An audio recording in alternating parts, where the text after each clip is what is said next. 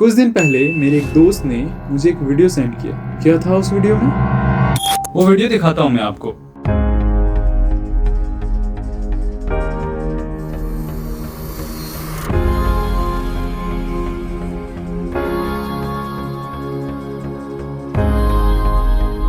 (2023) में दुर्गा पूजा के समय वेस्ट बंगाल के बारुईपुर से एक 10 साल की बच्ची की मिसिंग रिपोर्ट आती है। अगले ही साल जनवरी 14 को एक महिला उस बच्ची को उसके पेरेंट्स के पास छोड़ती है। वो बताती है कि इस बच्ची को ट्रैफिकिंग के द्वारा बिहार के चंपारण ले जाया गया था। भला क्यों? एक ऑर्केस्ट्रा में नाचने वाली बनाने के लिए। सितंबर 2022 में पटना में एक 5 साल की बच्ची का रेस्क्यू किया जाता है। भला कहां से? एक लड़कियों के डांस ग्रुप से जो ऑर्केस्ट्रा में नाचती थी। हाँ, वही ऑर्केस्ट्रा जो मेलों में अक्सर दिख जाया करते हैं, त्योहारों में देखने को मिलते हैं। हाँ, वही ऑर्केस्ट्रा जो आपके गांव के शादियों में कूल बन चुका है। हाँ, वही ऑर्केस्ट्रा जो पॉलिटिकल गैदरिंग में आसानी से देखने को मिल जाएंगे। 2019 में लालू प्रसाद यादव एक वीडियो शेयर करते हैं। उस वीडियो में एक लड़की स्टेज पर नाच रही है और भीड़ को उत्तेजित कर रही है। ये प्रोग्राम बीजेपी के द्वारा पटना में ऑर्गेनाइज करवाया गया था। लालू प्रसाद यादव कहते हैं कि देखिए ये बीजेपी वाले कैसी शर्मनाक हरकत कर रहे हैं। पर लालू प्रसाद यादव को शायद यह पता नहीं था कि उनकी ही पार्टी आरजेडी इस तरह के प्रोग्राम पहले भी करा चुकी है 2017 में। या पॉलिटिकल गैदरिंग्स हो या शादियां हो, लड़कियां नाच रही हैं, पीछे अश्लील भोजपुरी गाने बज रहे हैं। यह एक बहुत आसान तरीका है भीड़ को इकट्ठा करने का। गांव में स्कूल है, पढ़ाई नहीं हो रहा है, किसी को चिंता नहीं।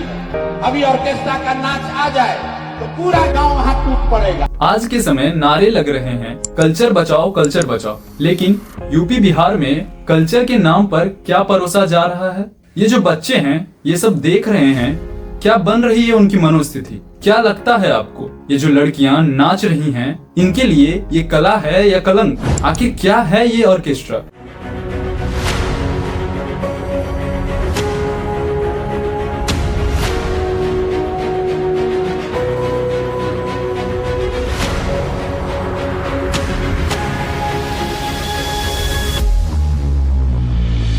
भारत में नाचना गाना हमारे कल्चर का पार्ट रहा है। मध्यकाल में राजाओं के दरबार लगते थे, जहाँ पे नृत्य और संगीत जैसे कलाओं का प्रदर्शन होता था। समय आगे बढ़ा, अंग्रेजी हुकूमत देश में आई। उसी समय वेस्टर्न ऑर्केस्ट्रा पहली बार देश में लाया गया। यह एक बैंड ऑर्केस्ट्रा हुआ करता था, जहाँ पे अलग अलग इंस्ट्रूमेंट्स का यूज कर म्यूजिक बनाया जाता था। 50s और 60s में इंडियन म्यूजिशियंस लोकल म्यूजिक और ऑर्केस्ट्रा म्यूजिक का फ्यूजन स्टाइल बनाने लगे। आर.डी. बर्मन जैसे बड़े कंपोजर बॉलीवुड में इस प्रकार के म्यूजिक कंपोज करने लगे। वो आ गया, देखो देखो वो आ गया। जहां 70s तक बिहार और यूपी के रूरल एरिया में नौटंकी जैसे कार्यक्रम फेमस हुआ करते थे। गांव के मेलों और पब्लिक इवेंट्स में नौटंकी के माध्यम से सोशल इशू पे बात हुआ करती थी। दहेज प्रथा और जातिवाद जैसे गंभीर मुद्दों को दिखाया जाता था। अब धीरे धीरे इस चीज को ऑर्केस्ट्रा से रिप्लेस किया जाने लगा। जहां नौटंकी जैसे कार्यक्रम को देखने पूरा परिवार, घर की महिलाएं और बच्चे भी जाया करते थे, वहीं ऑर्केस्ट्रा को देखने सिर्फ घर के मर्द ही जाने लगे।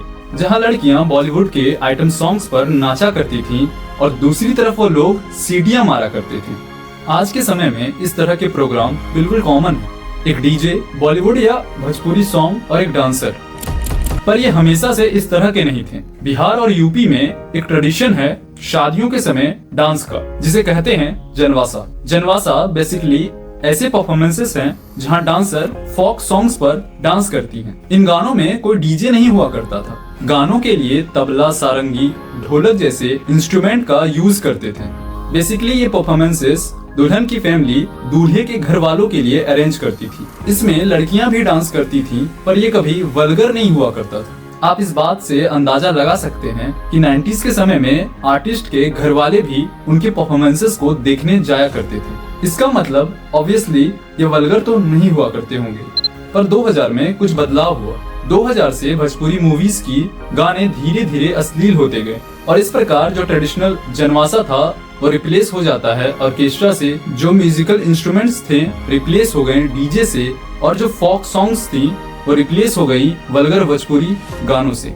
आपने कभी कजरी डांस के विषय में सुना है? कजरी जो उत्तर प्रदेश का एक फोक डांस है। ये डांस यूपी के कल्चर और अवध के ट्रेडिशन को दिखाता है।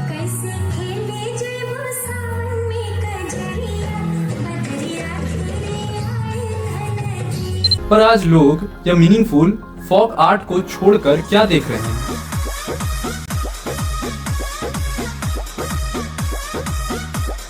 फेस्टिवल में झिझिया जैसे ट्रेडिशनल डांस परफॉर्म किए जाते थे, जहां महिलाएं अपने सर पर मटका रखकर मां दुर्गा के सामने डांस परफॉर्म करती थी।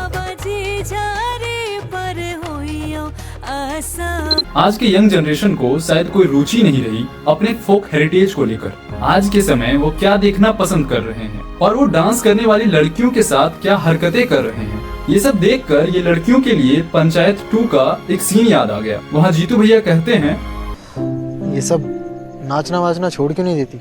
सौम्या जो वेस्ट बंगाल के सुंदरबन के एरिया में रहती है, उनके पिता ट्रेन में भीख मांगते हैं। एक दिन एक महिला सौम्या के पिता को अप्रोच करती है। वो कहती है वो सौम्या को बिहार में एक वेल पेइंग जॉब दिला सकती है। सौम्या उस महिला पे विश्वास कर लेती है, पर ऐसा कुछ होता ही नहीं। उसे फोर्सफुली डांस ग्रुप में ढकेल दिया जाता है और उसे ऑर्केस्ट्रा में डांस करने के लिए मजबूर किया जाता है। सौम्या के पिता लोकल मीडिया से मदद मांगते हैं। एक एनजीओ और लोकल अथॉरिटीज के मदद से सौम्या को रेस्क्यू किया जाता है वेस्ट चंपारण के ऑर्केस्ट्रा ग्रुप से।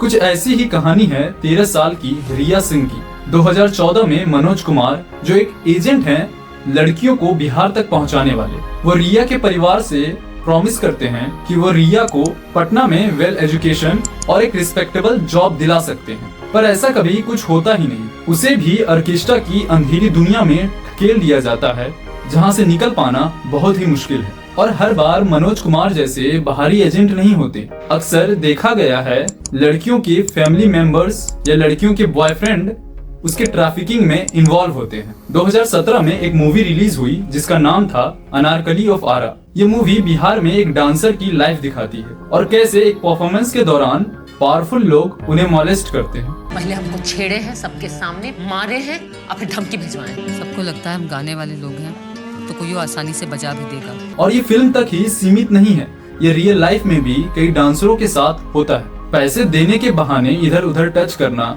जबरदस्ती करने की कोशिश करना। मार्च 2020 में बिहार के नालंदा से 6 डांसरों को रेस्क्यू किया गया जो नेपाल से थी, और उन्होंने बताया कि उन्हें कैसे छोटे छोटे कपड़े पहनकर डांस करने के लिए मजबूर किया जाता है। अगर आप ये बात ऑर्केस्ट्रा के मैनेजर से पूछें कि ऐसा क्यों होता है लड़कियों के साथ, तो वो कहते हैं कि भीड़ और वीआईपी को कंट्रोल करना इस तरह के परफॉर्मेंसेस के दौरान मुश्किल हो जाता है और भीड़ डांसर्स को अपनी तरफ खींचने लगती है। सबसे बड़ा सवाल एक और है आप लोगों से हम पूछना चाहेंगे कि जैसे कि आप लोग प्रोग्राम करने जाते हैं, चाहे ट्रैक्टर हो चाहे स्टेज प्रोग्राम हो, लोग जैसे कि पैसा धराते हैं और पैसा धराने के वक्त जैसे कि आप लोगों का हाथ पकड़ के खींच दिया जाता है, मतलब ऐसा आपके साथ होता है कि नहीं?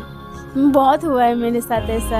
2 दिन पहले हम प्रोग्राम में गए थे, ऐसा लोग कर रहा था ना कि बोल रहा था कि पैर में आकर बैठो, नहीं बैठोगी ना तो गोली मार देंगे। आपने देखा होगा कई बार इनकी जान भी चली जाती है एक्सीडेंटल फायरिंग के दौरान। 25-year-old woman was killed in celebratory firing during a wedding ceremony in Bhatinda in Punjab on Saturday evening. Kulvinder Kaur suffered a gunshot in her stomach and died on the spot. A video of the entire incident has gone viral on the social media. ये video देखिए जो बिहार का है। एक van है जिसमें cage बना हुआ है और उसके भीतर 3 लड़कियां नाच रही हैं और लोग इस चीज को भी एंटरटेन कर रहे हैं। पर ऐसे और कई लड़कियां हैं जिन्होंने चूज किया है डांस करना। उनका कहना है कि वो अपने डांस ग्रुप की स्टार परफॉर्मर हैं और वो आगे भी यह काम करना चाहती हैं।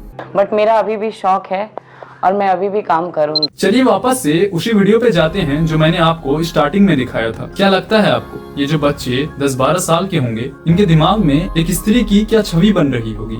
ये जो लड़का उस परफॉर्मर को पैसे पकड़ा रहा है और वो डांसर पैसे लेकर उसके सामने और उसके साथ डांस भी कर रही है, कहीं उस बच्चे को ये तो नहीं लग रहा कि एक स्त्री वस्तु के समान है, इन्हें पैसे देकर कभी भी कुछ भी कराया जा सकता है? और बात सिर्फ यूपी या बिहार की नहीं है, ये इस देश के आने वाले कल हैं। अगर इस तरह की मनोस्थिति रही इन बच्चों की तो इनका और इस देश का भविष्य अंधकार की ओर जाएगा। अब कुछ लोग कहेंगे मेरे अंदर कितनी हिपोक्रेसी है। ये सारी चीजें मुंबई दिल्ली जैसी शहरों में भी तो होती हैं। वहाँ के नाइट क्लब्स में भी लड़कियाँ नाचती हैं और लोग पैसे उड़ाते हैं, लेकिन वहाँ कुछ चीजों का ध्यान रखा जाता है। माइनर्स अलाउड नहीं होते, लड़कियों के साथ मिसबिहेव नहीं होता। वहाँ की मैनेजमेंट इन सब चीजों को गंभीरता पूर्वक लेती है। खैर, आपका इन सब चीजों में क्या ओपिनियन है कमेंट बॉक्स में जरूर बताइएगा। Thank you.